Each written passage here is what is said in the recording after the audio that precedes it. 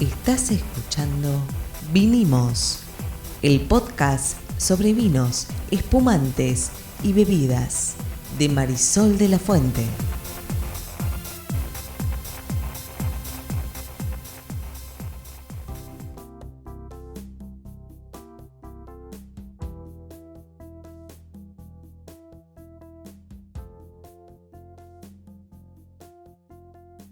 Buenas, mi nombre es Marisol de la Fuente y soy Sol Sommelier. Y yo soy Ariel Torres, soy el que hace las preguntas del que no sabe en este podcast. ¿Qué vamos a hablar hoy? Me dijiste. Vamos a hablar de qué es y para qué sirve una cata vertical. Ok. Entró la geometría, ¿Qué te imaginas que puede ser? que no es una cata horizontal. Eso claramente, pero además... Bueno, las catas verticales, no tengo la menor idea de la fuente, por eso estamos hablando de esto. Me parece rarísimo una cata vertical. Me imagino que son catas que uno hace parado, no sentado. No, Ok. erróneo. Erróneo. Vamos a arrancar porque... ¿Son ¿qué distintos es? vinos? Estás un poco más cerca. Es el mismo vino de distintos años. Ahí está, no era tan difícil. Sí, bueno, pero estoy adivinando. ¿No? Está bueno. Si Bueno. es del mismo vino pero de distintos terroirs, ¿también es vertical? Podrías... Como la tierra es plana, entonces es horizontal. No. Vamos a arrancar con qué es una cata vertical, ¿te parece? Sí, la definición, s'il vous plaît. Más que la definición es... Bueno, sí, es la definición. Sí, es la definición. Una cata vertical es una cata en la cual probamos el mismo vino, pero de distintos años. No Es puede decir, ser el mismo de distintos años. bueno, El espacio-tiempo es una sola el cosa. mismo tipo de vino, El mismo varietal, ponele. con la misma varietal o el Mismo blend. mismo proceso productivo Ok, y demás, pero de distintos años. Y ahí uno dice, bueno, pero ¿para qué estás haciendo una cosa como esta, Iba no? a decir lo mismo, sí. Y son vinos diferentes, tiene uno más viejo que el otro. Sí, claro. Pero acá es donde aparece la clave de por qué una cata vertical es súper interesante como proceso para alguien que quiere aprender de vinos. Porque te permite ver, y acá obviamente estamos hablando de vinos de guarda, te permite ver cómo un vino realmente puede evolucionar con el paso del tiempo. Viste que en el mundo, sobre todo cuando hablamos de vinos franceses, de vinos españoles, incluso de vinos italianos, alemanes, etcétera, es más habitual que podamos pensar en vinos evolucionados, ¿no? En vinos que han estado 10, 15, 20 años en la cava de una de estas bodegas que tiene 400, 300, 500 años y que tienen todo ese saber hacer de procesos productivos, y entonces esperamos que sus vinos evolucionados vayan cambiando con el paso del tiempo, de que se vuelvan más elegantes. Tenemos como esa expectativa.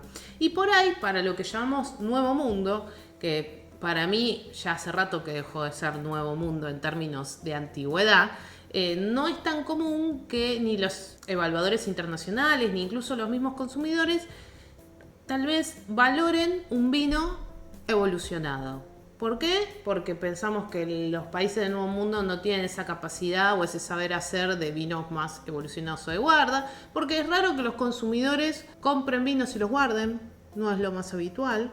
Entonces, cuando hacemos una cata vertical, lo que estamos tratando de confirmar y de demostrar es que también los vinos de Nuevo Mundo, en este caso Argentina, por ejemplo, tienen la capacidad de evolucionar con el paso del tiempo. Ok, esto es una especie de axioma. Sabemos que esto es así y es así con todas las cosas.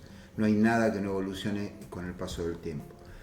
Ahora, la pregunta que te hago para bajarme un poco al mundo real. Esto es un ejercicio que hacen los sommeliers porque no tienen, digamos, nada mejor que hacer. Son sommeliers y entonces dice, yo soy sommelier, ¿qué hago? Y hago catas verticales, horizontales, transversales, etcétera. O uno podría encontrarse, por ejemplo, que yo, en Instagram la oferta de que alguien va a dar una cata vertical. Sí, totalmente. Hay lugares donde podés ir a experimentar catas verticales, vinotecas o lugares donde habitualmente se hacen catas.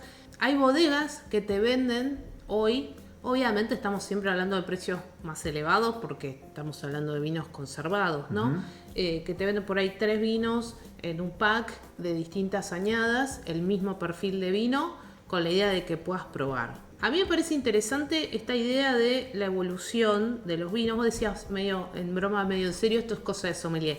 Bueno, sí, pero también hay consumidores, esto no es para todos. Está claro que lo puede hacer el que quiera, pero no todo el mundo le va a interesar hacer esta prueba. Ahora, para aquellos que por ahí tienen una pequeña cava en su casa, que les gusta el mundo del vino y compran muchos vinos y a veces por ahí compran una caja de un vino y pueden guardar algunas botellas e ir tomando o probando en distintos momentos ese vino, me parece que es algo interesante de entender y de aprender. Porque es fácil decir, bueno, el vino joven se va a sentir joven, el vino más viejo se va a sentir más evolucionado. Sí, pero algunas cosas que me parecen interesantes. Yo justo este último mes hice 2 catas verticales. Mira. Una de Bodega Caiquén, con los May, que son sus vinos ícono, y otra con Piedra Negra, con el Gran Lurton, que es el otro vino ícono de Bodega Piedra Negra. Y pasaron cosas como muy interesantes, ¿no? Que por eso me pareció una buena idea este podcast, porque bueno, una cata vertical, bueno, un vino es joven y el otro está evolucionado, ¿no?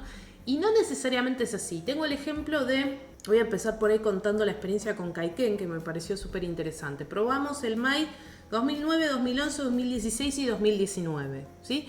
Por lo cual el 2019 también ya tenía unos cuantos años encima, ¿no? Sí, sí, sí. Y este vino es muy interesante porque, aparte de ser el vino de la bodega, es un 100% Malbec. Y cuando pensamos en el Malbec, no solemos muchas veces, por las características del Malbec, pensar que el Malbec va a tener mucha capacidad de evolución. ¿Por qué? Porque habitualmente se considera o se cree que es un Cabernet Sauvignon el que va a evolucionar mejor por sus características. No sabía eso, pensé que un Malbec también. En realidad hay como ciertas variedades, por esto que yo decía antes, de los vinos europeos, que tienen una mejor imagen en términos de vinos que evolucionan mejor. ¿Pero es real o es solo imagen? No, en realidad esto que iba a contar o que voy a contar ahora demuestra que todos los varietales bien trabajados y bien pensados en términos de procesos productivos y también de viñedo, pueden evolucionar bien. De hecho, cuando pensamos en vinos franceses o en vinos españoles, en general también los que evolucionan muy bien son blends. No son 100% un varietal, buscando esta combinación que va a permitir agregar características diferentes en ese proceso de evolución. Pero volviendo al ejemplo,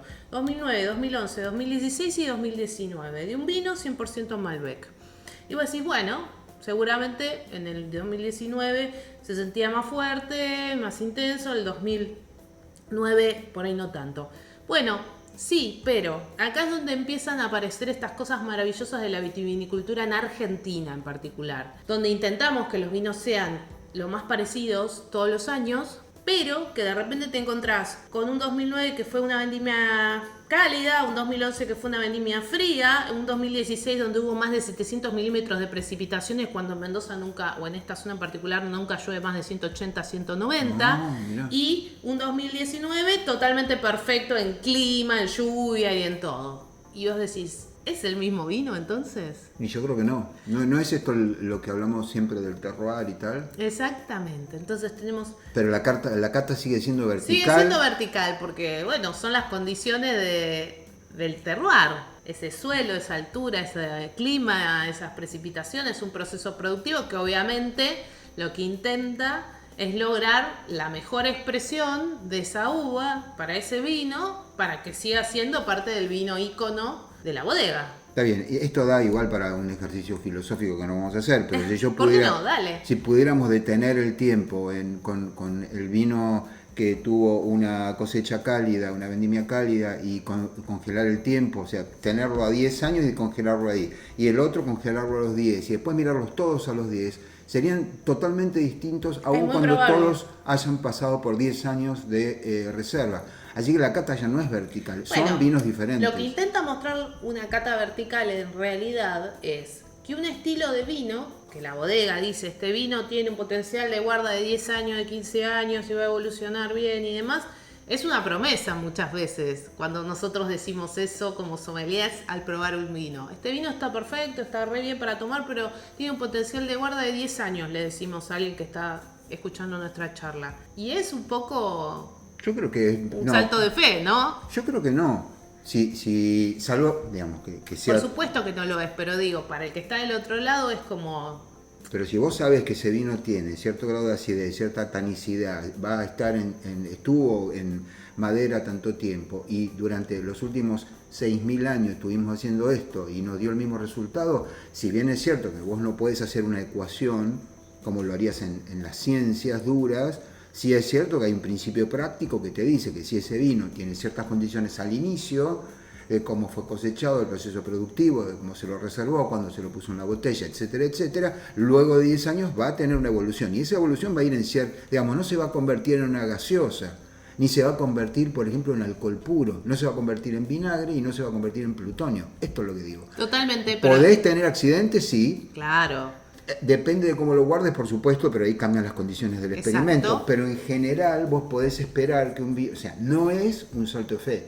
Bueno, la cata vertical viene a ser la prueba empírica de que cuando te dijimos hace 10 años que iba, en el 2009 te dijimos que tenía un potencial de guarda de 10 años. Lo tenía de verdad. En realidad, probamos el 2009 y era un vino que todavía tenía estructura tánica, por lo cual era verdad.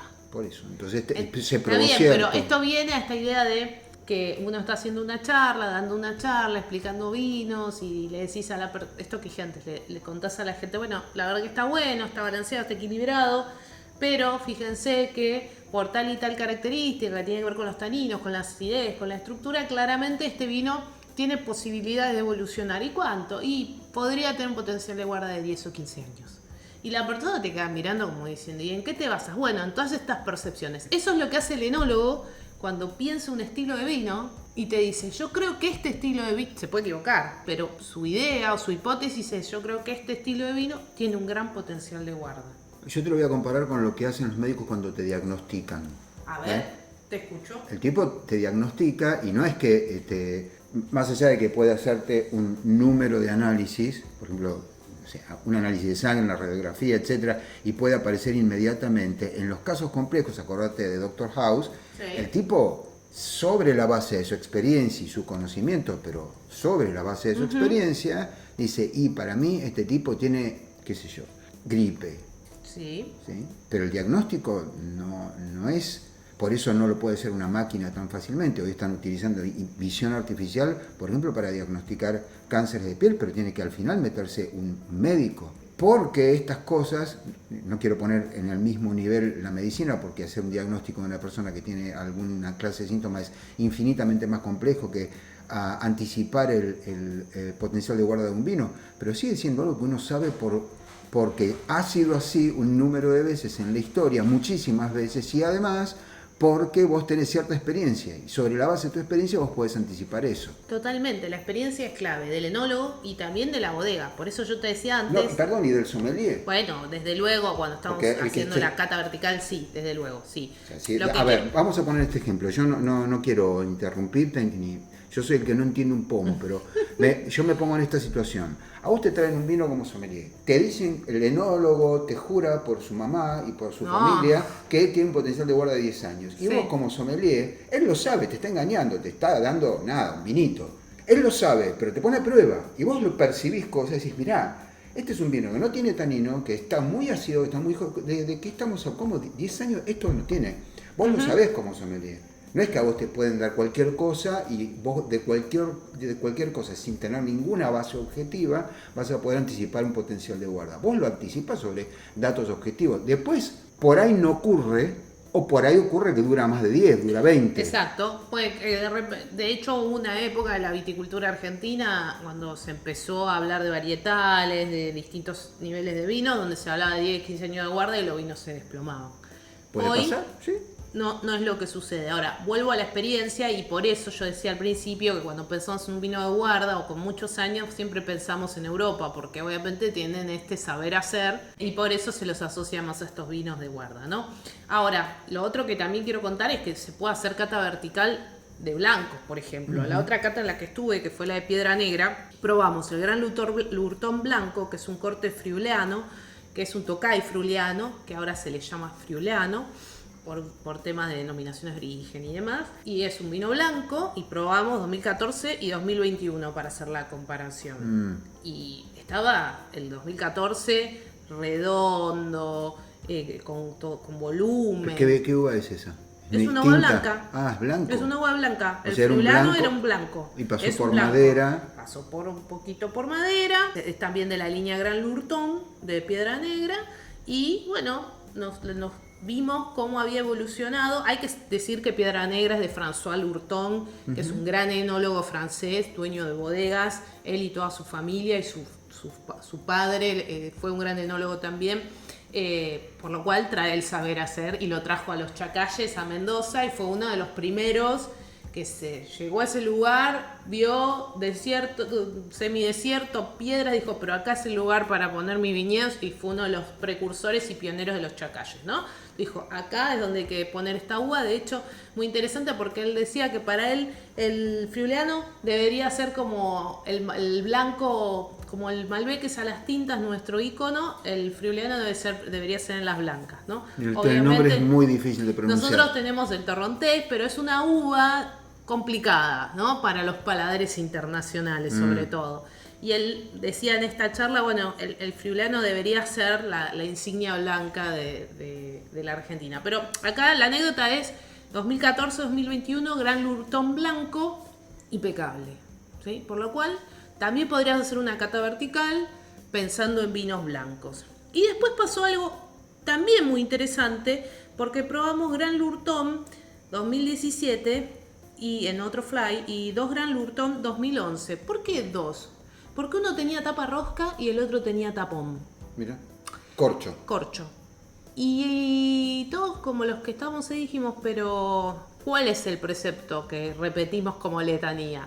La tapa rosca de vino joven, el corcho de vino evolucionado. Y él nos dijo, ¿quién dijo que es así? Si vos podés moderar la cantidad de oxígeno que entra también en una tapa rosca. Si podés, sí.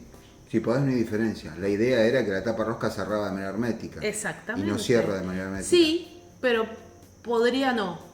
Por características de la tapa, ¿no? De cómo es el diseño de la tapa. Y fue interesante porque probamos 2017 y 2011, uno con tapa rosca, uno con corcho, y había diferencias. No por ahí en nariz, pero sí en boca.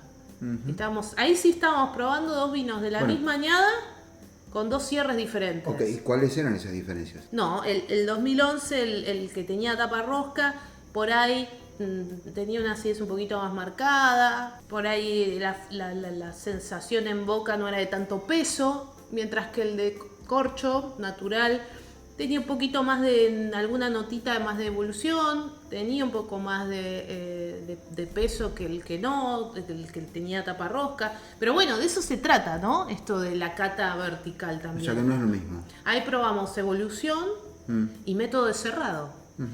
Y después, como cierre, probamos Gran Lurton 2006, 2005 y 1997. ¡Wow! ¿En serio? Sí, de nuevo. Sobreviviste, o sea, tomaste algo que tiene... Y de acá, sí, claro. ¿Cuántos años? 25 años. Gran Lurton 1997.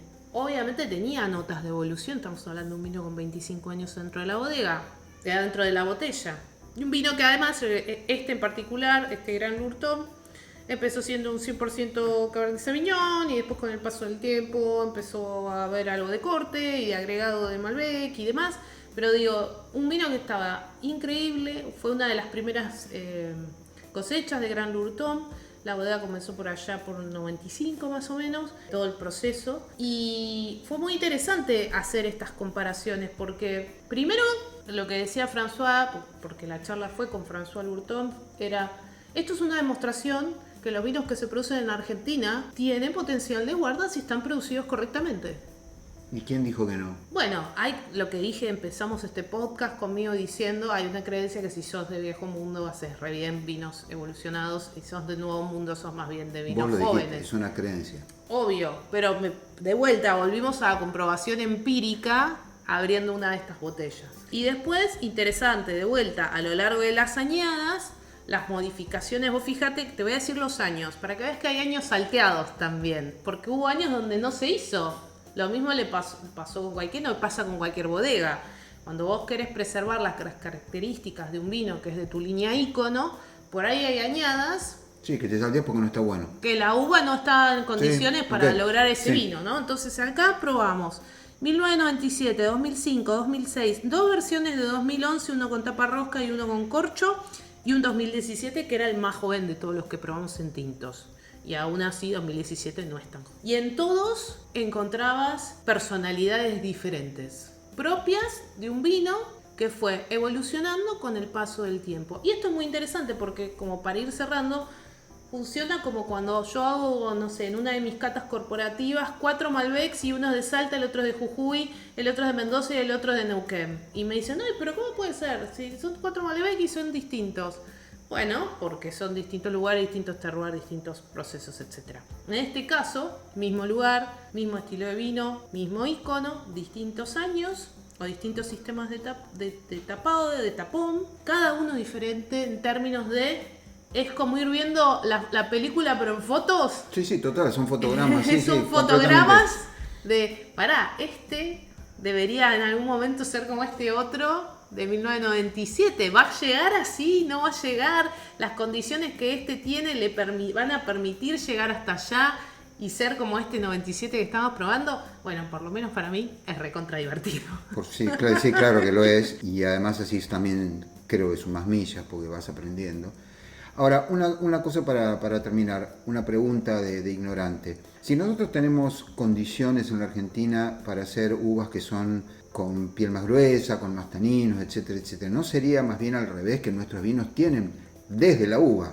Después hay que ver el proceso productivo y el enólogo, y si llueve y si no llueve y lo que sea. No tienen en principio más potencial de guarda desde la uva que un vino que está, como en el caso de Francia, donde no tienen estas condiciones en ningún lugar, ni en Alemania, ni en Italia, en algunos lugares, pero de ninguna manera tienen San Juan o Salta. No sé si tienen mejores condiciones. Definitivamente hay en Europa condiciones que ellos tienen que nosotros no tenemos. Pero correcto, sí. No, pero hablo del tanino, el tanino no es una de las claves es una de las partes. ¿Y cuáles son las otras? La acidez, el contacto con la madera, las condiciones de aromas, de sabor. Bueno, hay un montón, todos los elementos que conforman el vino tienen que tener determinadas condiciones y obviamente procesos productivos determinados para que puedas considerar que eso va a evolucionar con el paso. Ok, entonces tampoco objetivamente podemos decir que en el caso de la Argentina o de cualquier otro país del mundo que no sea europeo, hay,